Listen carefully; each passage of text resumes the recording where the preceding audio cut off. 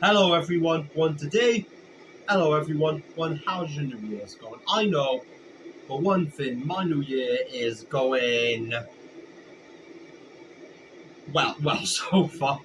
But it's not been the best, but it's not been great either. I'm not gonna lie, I've just been sitting in my room coming up with new video ideas, so there we go. But after a 4-5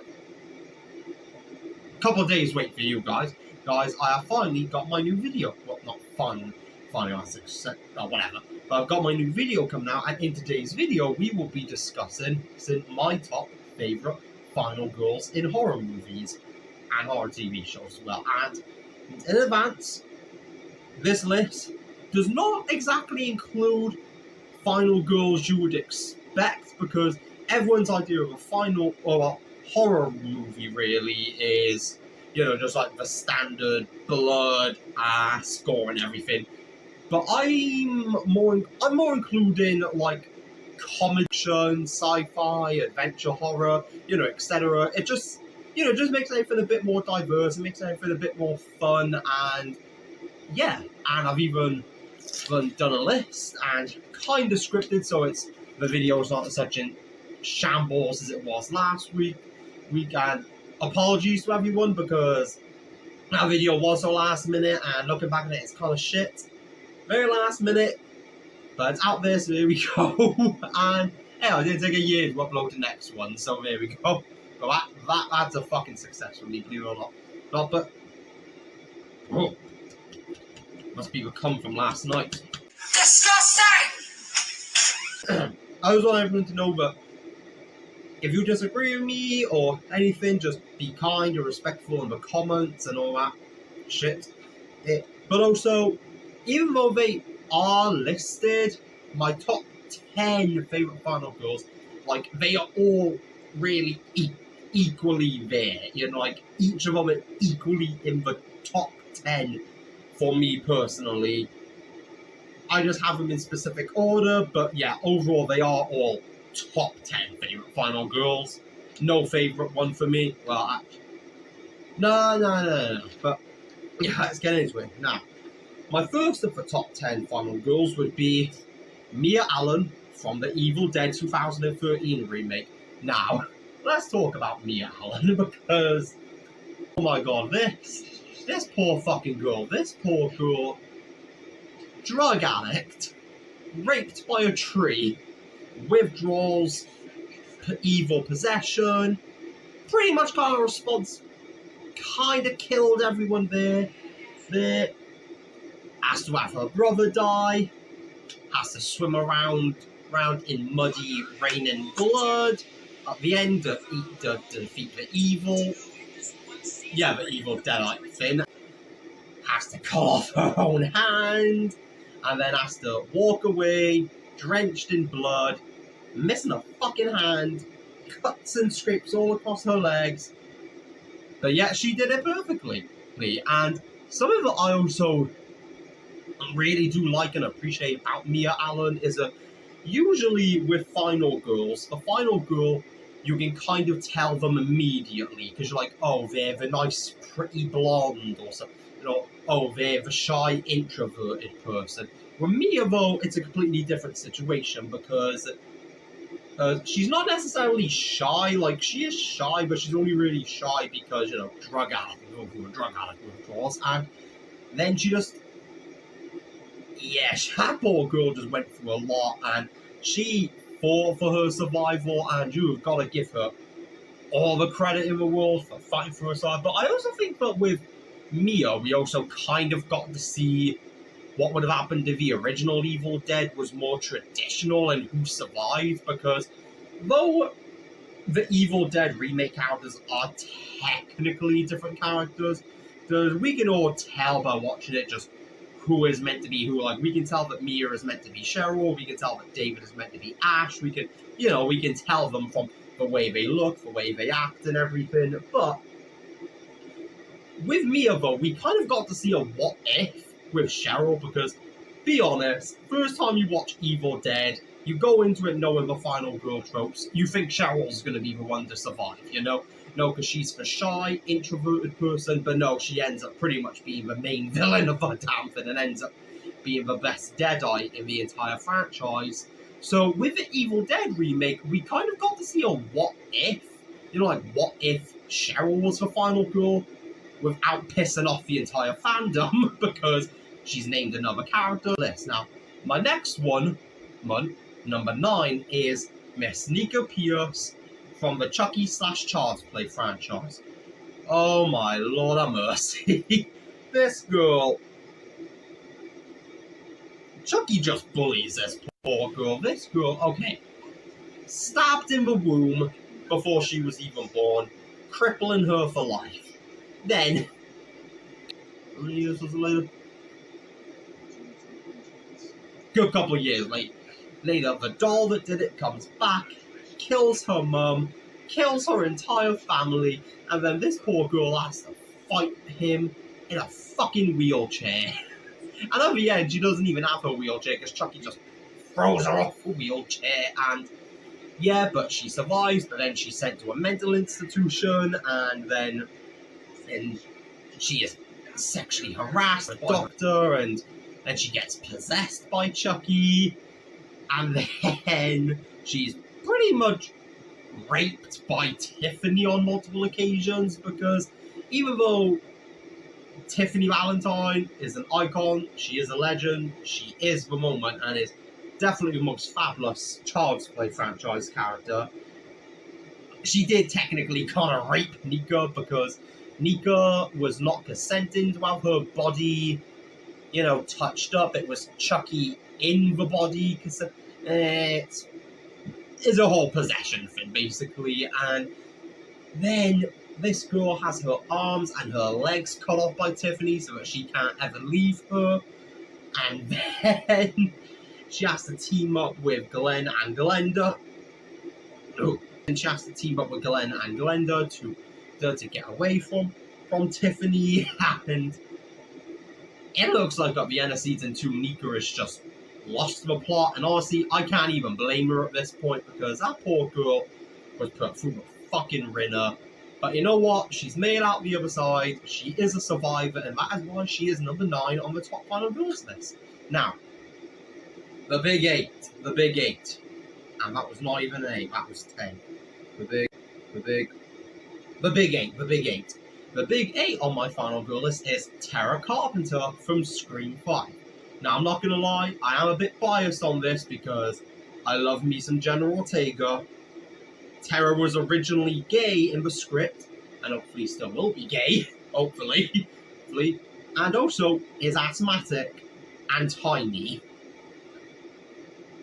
And so, yeah, when I watched Scream 5, I was kind of a bit like, this is my self-insert character. This is my self-insert character. I will protect her at all costs. And, yeah. But, in all honesty, without the self-insert shit, what made Tara so great for me was, alright, this girl was stabbed through the hand, stabbed in the stomach, twice, had her leg broken, but yet she was still able after all of that. And also, mind you, putting up with asthma as well. Also, with asthma, I can tell you, it's really difficult to breathe when you don't have your asthma pump at a certain time. But yeah, she was able to escape Ghostface. She was able to beat up Amber, her girlfriend or ex-girlfriend in the original script. But hopefully Scream 5 will reveal they actually still were, so we could have Tara be confirmed as gay, but whatever. And also have Amber confirmed as gay, because a lesbian Ghostface is everything I need in life. But yeah, and she was able to beat the shit out of Amber while on crutches, and then even after Amber threw her ass over sofa, Tara was still able to get up and just pow that bitch right in the fucking face. And in Scream 6, I can't fucking wait to see what this girl is going to do, because she won't be on crutches anymore, and I'm just going to say this. Sam may be the daughter of Ghostface, of Billy Loomis, but I think Tara might fuck Ghostface up more in Scream 6, because she fucked Ghostface up pretty well in Scream 5, while on crutches and in a wheelchair. So God knows what she's going to do in Scream 6 when she's not on a wheelchair and crutches. But another reason I just love Tara as well is I just love the fact that she went through all that and she survived. And yes, as a gay person with asthma, I love seeing a gay person with asthma survive for once. It was so fun to see, and yeah, I can't wait to see more Tara and General Ortega. I mean, what else can I say about General Ortega? I mean, if you didn't love General Ortega before, Wednesday definitely proved that General Ortega is the modern Scream Queen, okay? Not a modern Scream Queen, the modern Scream Queen. Wow, that was so powerful.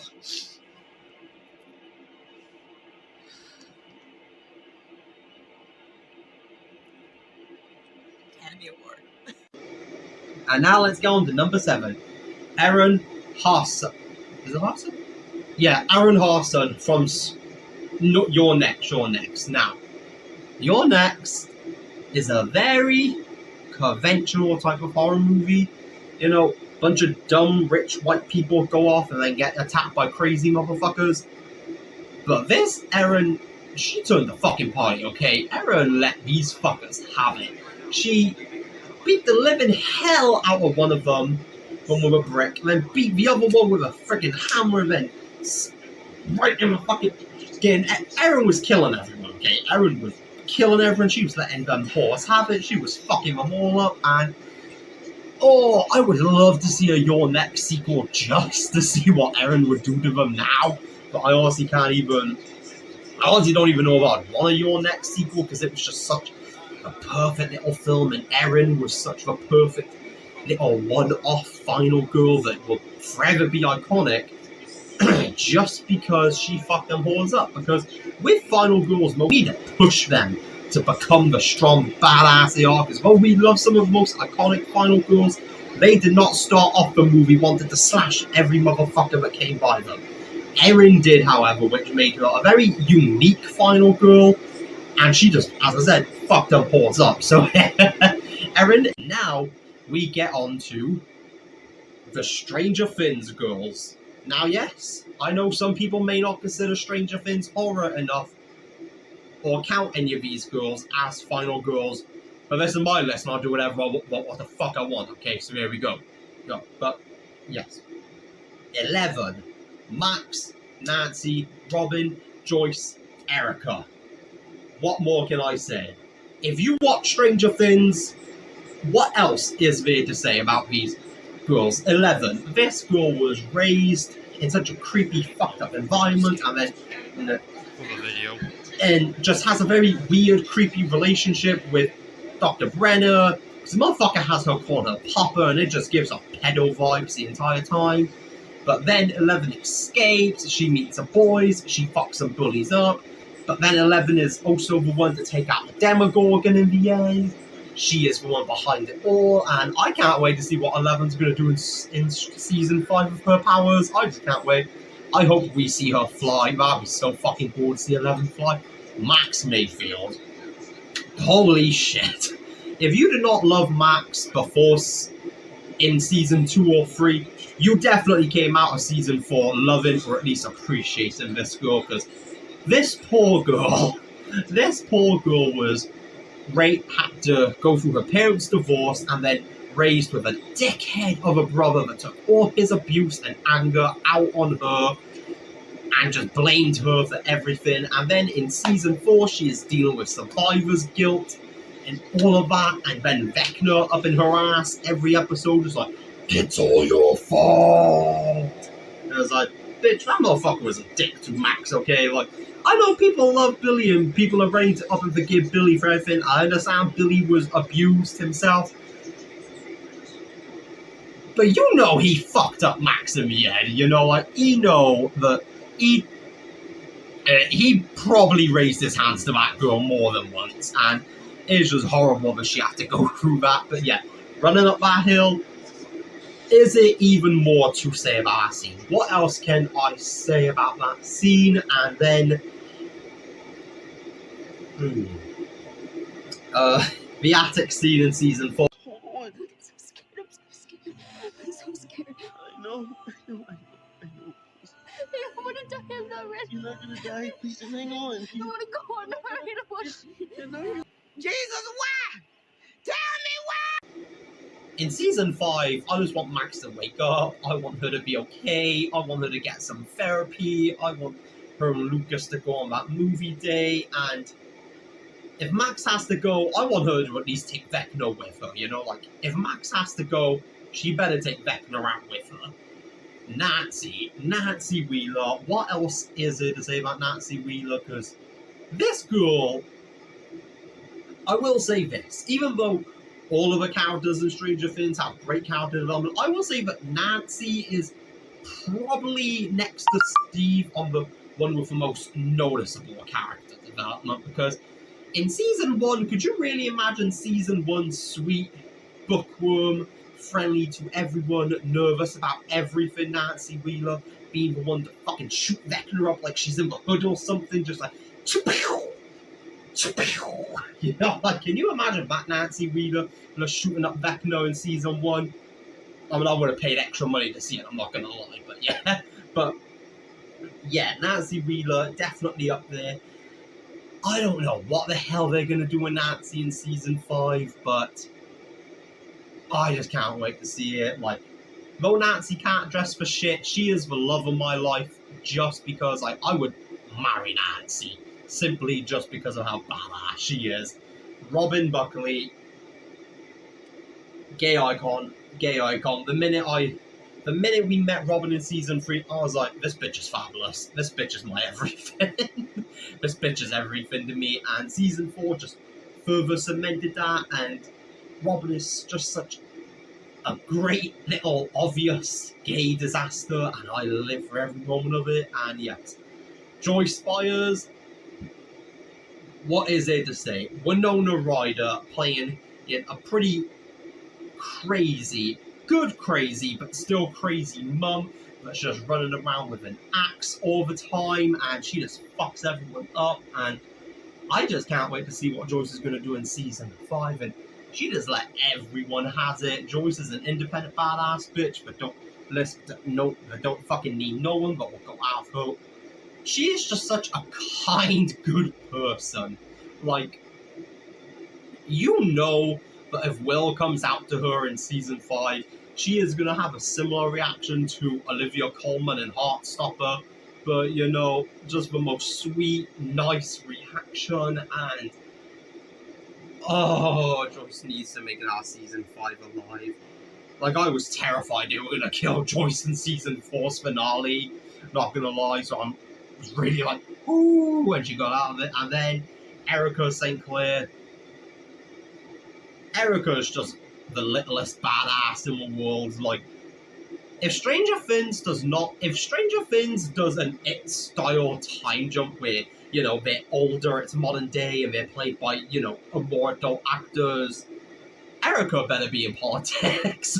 You know that Erica would either be president or in politics at the very least. You can't spell America without Erica. Nancy Thompson / Heather Langenkamp. Now, why do I say Nancy Thompson / Heather Langenkamp? Well, it's because as Nancy technically died in the 3rd one, but then they did a 7th one, which took place in our world, and Heather Langenkamp is back in it, and Heather Langenkamp played Nancy Thompson, and she's the final girl out movie. So, for me, whenever I say Nancy Thompson, I have to slash it and go Heather Langenkamp. So yeah, but yeah, Heather Langenkamp. Well, Nancy Thompson. This is one of the final girls. Okay, like, if she is not on your final girls list at all, you need to go back and freaking put her on there, because Nancy fucked Freddie up. Okay, Nancy let Freddie have it. But Nancy said, I am an independent woman who will not be dicked down. I am an independent woman who will not be letting my alcoholic mother's bad habits fuck my future up.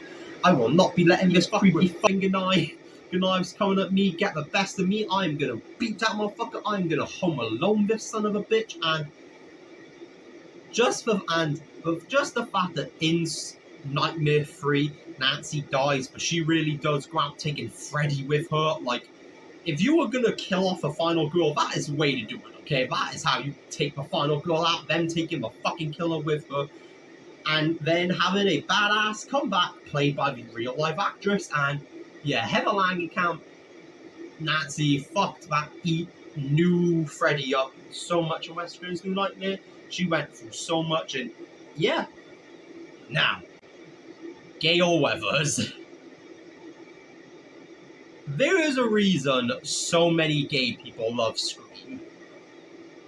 Is it because Kevin Williamson, who is a gay man, writes Scream? No. No. It's simply because of Gale Weathers. This woman is the most stylish final girl in all of history. This woman knows how to dress. She knows how to kick ass, looking fabulous. Like, I am not that flamboyant of a gay person. I'm not gonna lie. I'm actually not. But when Gale came up in Scream 5 in the cinema, I actually felt the inner twink take over and just went, "Oh, this bitch is fabulous, honey. This bitch looks good. This bitch looks good."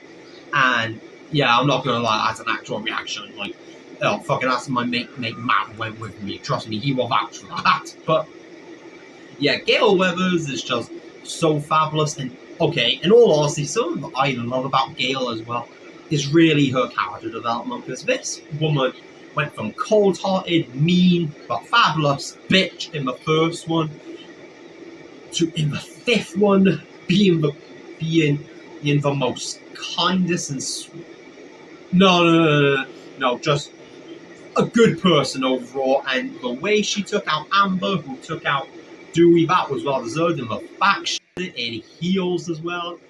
That is how you fuck someone up, okay? That is, like, I'm not gonna, like, that is how someone fucks someone up, okay? Doing it in fucking high heels, okay? That is how someone fucks someone up. That is how you know someone is a strong bitch, when they want to fuck someone up in high heels. Like, Good afternoon, bitches. 2019 is right around the motherfucking corner. So let me let y'all know something. If any nigga think that you gonna come into my life and play with me, I will flip right the fuck out. And any bitch think they gonna fucking play with me, I'ma ask that bitch to play. And guess what? If both of y'all think y'all gonna play with me at the same time,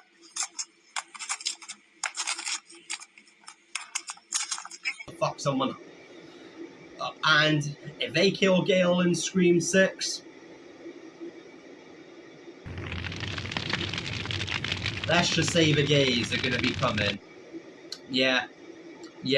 If Nev Campbell not getting her pay due doesn't make the gays come running, Gale getting killed will definitely make the gays come running. Let me just say that.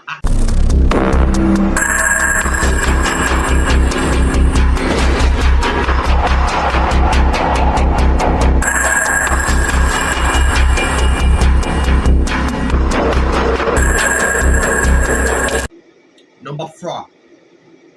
Beverly Marsh from It. Oh, Lord have mercy. I love this character so much because she is just such a strong person. Because this girl loses her mother and then has her dad become creepily obsessed with her because she looks like her mum, and then very creepily, suggestively touching her, holding her hand, saying, "Are you still Daddy's little girl, Beverly?" And But the bullying she has to put up with school with hoes like Greta, saying, "Ah, you little shit, you in there?" And it's just like, bitch, you know Beverly would fuck you up if she got out that toilet. But, you know, she has people like Henry Bowers saying that she's shagging everyone in the school, and I'm like, this girl's like 14 or 13 years old. That is not physically possible, especially considering how fucking nuts her dad is. No, Beverly probably won't even risk that. But yes, and then in It 2, when she's all grown up, I think she would be out of that abuse cycle, but no, she's still in it. And But yet, this girl stayed strapped. This girl was the first one to attack Pennywise when he came running at her.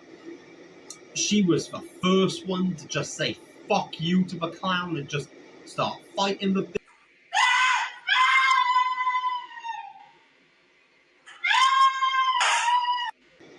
overly curious white girl in a horror movie that just has to stay there. The other person in front of them is clearly a creepy fuck, but let's not get into all that.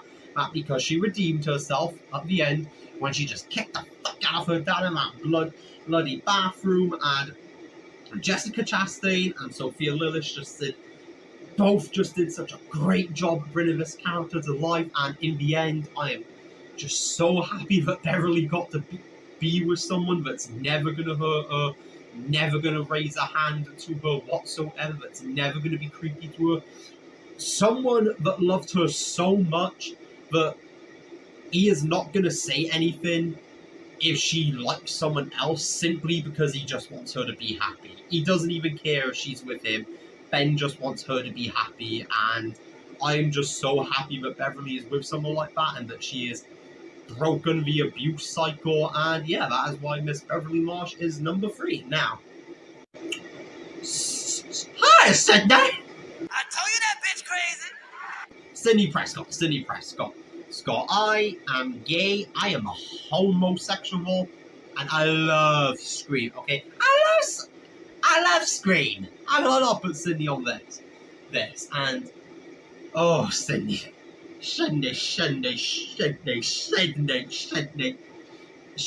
Press. I just said Sydney.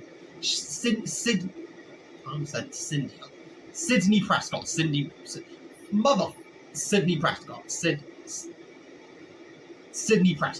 Prescott. Sydney Prescott is just like, if she is not the final girl, she is the final girl, okay? Because this woman, okay? Because in Scream 5, she was a fucking woman, okay? I'm gay, but she was a woman in Scream 5. But yeah, Sydney Prescott is just, she is just everything to me. Sydney Prescott really is just everything to me. She is like that bitch, okay? She is that bitch that will fuck a hoe up. And what I love about Sydney is that she has so many excuses just to say fuck you all and go on a killing spree, but she doesn't. She remains a good, kind-hearted person at the end of the day, because, okay, Mum cheating on her dad with half the town. Boyfriend kills her mum, and then somehow fucking blames Sydney for the fact that her mum drove away, broke up his family. New boyfriend of the second one is killed. Her brother, secret brother she didn't even know existed, is the killer of the third one, and exposes the fact that her mum was raped multiple times by this asshole, pretty much Harvey Weinstein motherfucker. And you can just tell all Sydney wants to do is kill that bitch, but she doesn't. Because she's better than me, I'm just gonna say that, because I thought that's all did that to my fucking mum.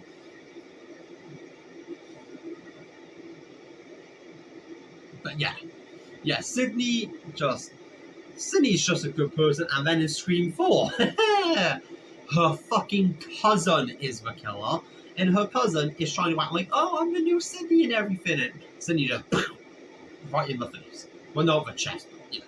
And then in Scream 5, Sydney has just got a happy, nice family, and then she gets dragged into this shit again because Dewey is killed.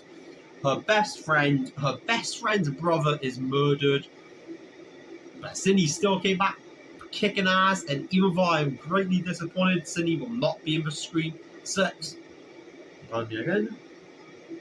I'm overall happy that Sydney is riding off into the sunset to be happy, and if they bring her back in Scream 7, she better fuck Ghostface up, okay? If Scream 7's the last one, she better go out screaming and taking Ghostface with her. Now you get the point. I will be mentioning some honourable mentions when it comes to Final Girls, because I love horror, and as I said, this is like not traditional horror, like it's comedy, action, sci-fi, and all that. about horror, so there's a lot of fucking ladies.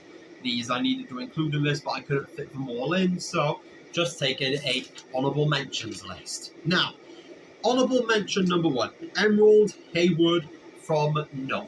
Now, I'm not gonna lie, not the biggest fan of this movie, but I do still really like it, and I love a good creature feature. But Emerald, for me, she is up there, okay? Because one, Keke Palmer is definitely one of the modern final girls. Like, there is no arguing about it. Keke Palmer is a scream queen, okay? But also, Emerald is gay, and as a gay person, we love more queer representation. But I also just love that Emerald was the one to take out the alien in the end. I love that so much, because the entire movie you think it's going to be a brother, but she's the one who ends up taking it out, and I just love that. I love that for her. And she did it while being gay, so yeah. Yeah, second one, Buffy Summers. I love Buffy Vampire Slayer. Sarah Michelle Gellar is... Like, every time someone does not include Sarah Michelle Gellar in a top screen queen list, I almost lose my shit. Because how could you not? Just look at her. Just look at this beautiful woman. Just look at her. Just look at the performance. But yeah, the performance she gave in Buffy the Vampire Slayer as Buffy Summers is just iconic. Buffy is legendary. This poor girl literally died and got brought back to life and being dragged from heaven, essentially. But yeah, she still saves the world, and she did it looking amazing. She did it kicking so much ass, and yeah. The Girls of Fear Street. Now, Fear Street I fucking love, okay? It is gay, and it is horror, so I instantly love it. But what I just loved about Fear Street as well really is the women of Fear Street. They were all just such boss badasses. Dina, Sam, Ziggy. Oh, I love Ziggy. One, because I love Sadie Sink. She's an icon, she's a legend, and she is the moment. They let the fucking Sheriff Good have it, and yeah. Sarah Connor. Sarah Connor is just... I know because the Terminator franchise took a more action approach eventually, most people don't really consider Sarah Connor a final girl, but that first movie still scares the piss out of me to this day, okay? The first movie still scares the piss out of me to this day, so to me, Sarah Connor is a final girl, okay? Because she made it to the end, she survived, she fucked everyone up, and yes. And what I just loved about Sarah Connor was just how in the first one, she's just such a nice, niche little person, and in the second one, she's just fucking shooting everyone that comes by. I was like, try me, bitch. And yeah, I love that. I love Sarah Connor. Okay, we're gonna stop right now. Now, this one I know will definitely be probably controversial, but I don't care. It's my list, so whatever. Daphne Blake and Velma Dinkley from Scooby-Doo. No specific one. Every version of them. Because if you love me... No. Well, I hope someone loves me. But okay, if you know me, you know that Daphne... You know that Scooby-Doo is just everything to me. I love that fucking dog. I love that fucking TV show. I love the movies. I love everything. I have literally got a pile of Scooby-Doo stuff over there. Like, you can't see it, but it is literally a pile of Scooby-Doo stuff right over there. I love Scooby-Doo, and Zombie Island's still pretty disturbing, actually, so yeah. But yeah, I do count Daphne and Velma as final girls, because they were really ahead of their time, to be fair, especially Velma. And though Daphne needed a bit more years to catch up, in Scooby-Doo 2002, Daphne was the baddest bitch of all. And yes, that is once because she is played by Sarah Michelle Gellar, but I'm not going to get around that. Now, and Velma has recently been confirmed to be gay, so gay! Daphne is just a gay icon, and yeah. Even though they're not traditional final girls, I still count them as final girls, and I love them. And I hope we never have to see that Daphne and Velma movie ever again, but yeah. Now, Cecilia Cass from The Invisible Man 2020. I'm not going to rely on this one too much because I see the video's getting pretty fucking long and I don't want to keep you guys here for hours. But Cecilia, abuse survivor, she fucked everyone up. She let the Invisible Man have it, and that's all I'm gonna say. Because the Invisible Man really is a movie you need to see. Like, oh, that fucking restaurant scene, still gets me. I remember fucking. I remember throwing my popcorn over my mate that saw it with me. Just like, ah! Oh, it's not British. Rose. But yeah, Renee Lambert from the Insidious films. Again, not going to say too much because I'm trying to speed through these. But yes, Renee, just that poor woman had to put up with so much. She fucked everyone up, especially in the second one. In the first one, she's definitely more for, just mum in the background just screaming the entire time. But in the second one, she fucked everyone up. And hopefully in the fifth one, she will fuck more people up. Lorraine Warren from the Conjuring series. I love Vera Farmiga, and I love this character.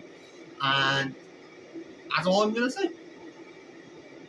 Brenda Meeks. Now this one I'm going to have to stay a bit on for because, again, this is probably going to be controversial because Brenda Meeks is from the Scary Movie franchise. The Scary Movie is definitely more comedy than it is horror.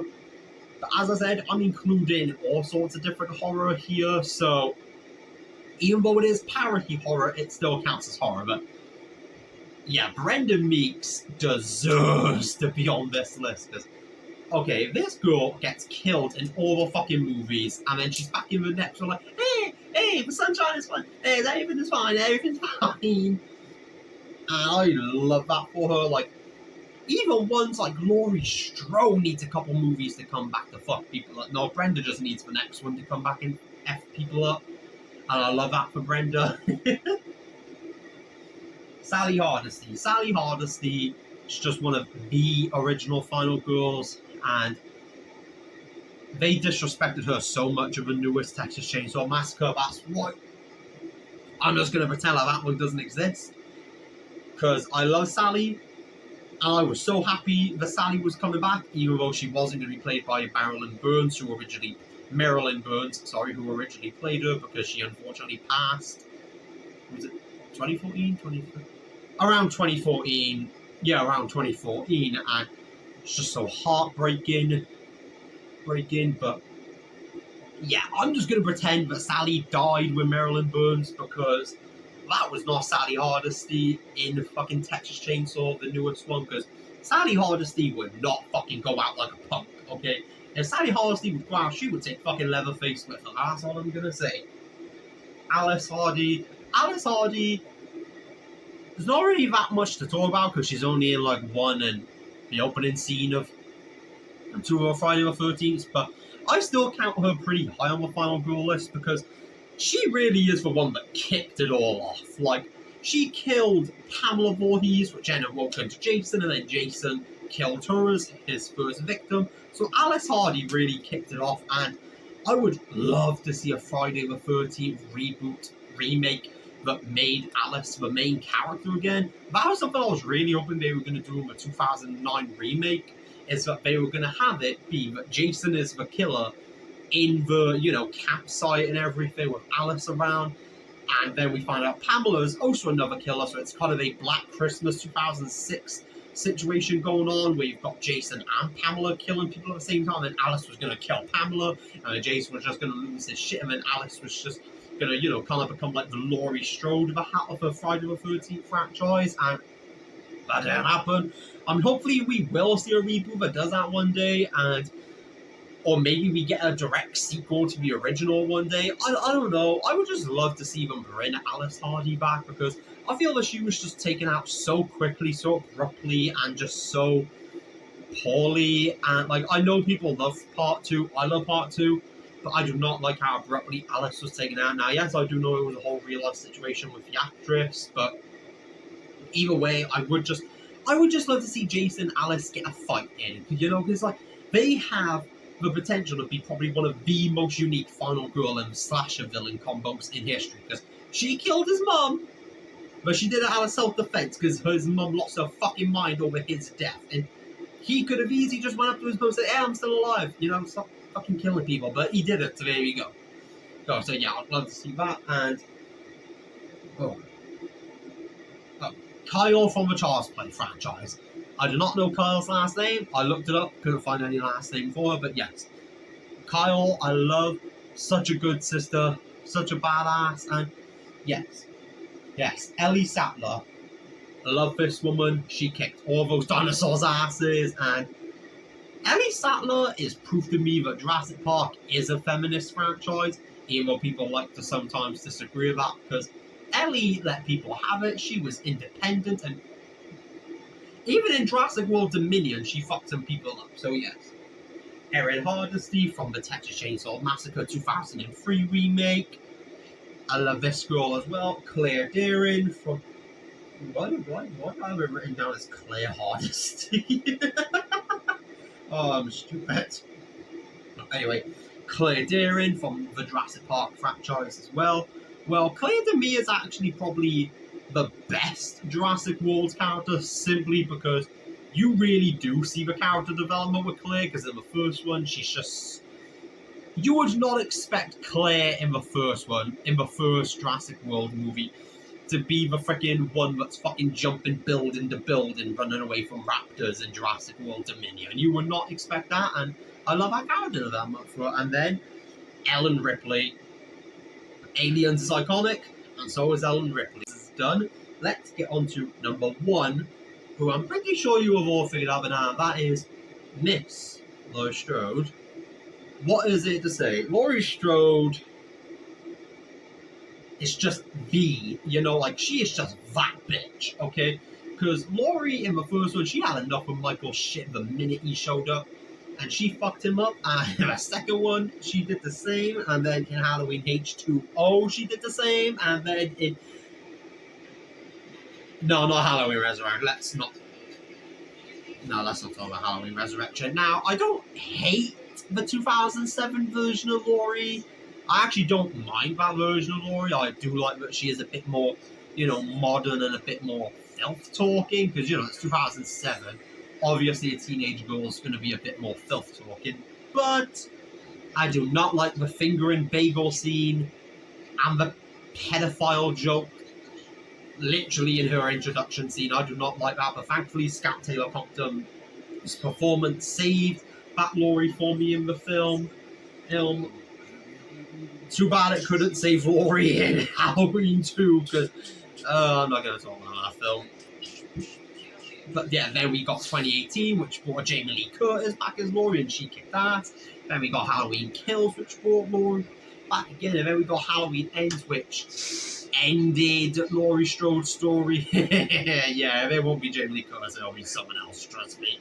But yeah, I just love Laurie Strode, because this girl weren't bothering no one.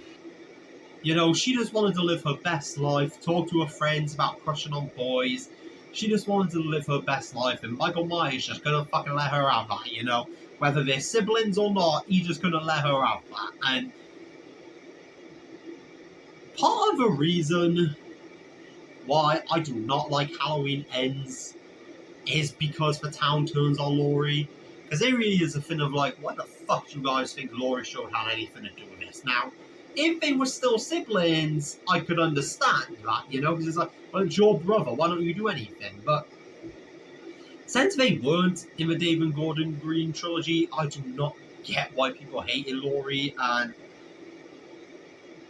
I really fucking hated that scene where Allison pretty much tried to blame Laurie for everything that happened. It's Laurie for 40 fucking years was telling everyone in the town, this fucker is gonna get out and he is gonna fuck everyone up. But no, she's crazy. No, let's not believe the one that looked into his eyes. No, let's not fucking believe her. No, she's crazy. But then, yeah, Laurie fucked Corey up. Amazingly, mother ass. And then she fucked Michael up. And I'm glad she did, because that fucker ruined her fucking life, okay? And it makes it even worse that they're not even siblings anymore, okay? He killed her friends, and then 4 years later, he kills her fucking daughter. So, I am glad Laurie killed that fucker because Michael and I just love Laurie because she is generally smart, you know, like in the original, using the coat handler as a weapon. Smart. Halloween H2O. She doesn't buy into Michael's I am your brother bullshit. She just goes, fuck you bitch, just chop my head off.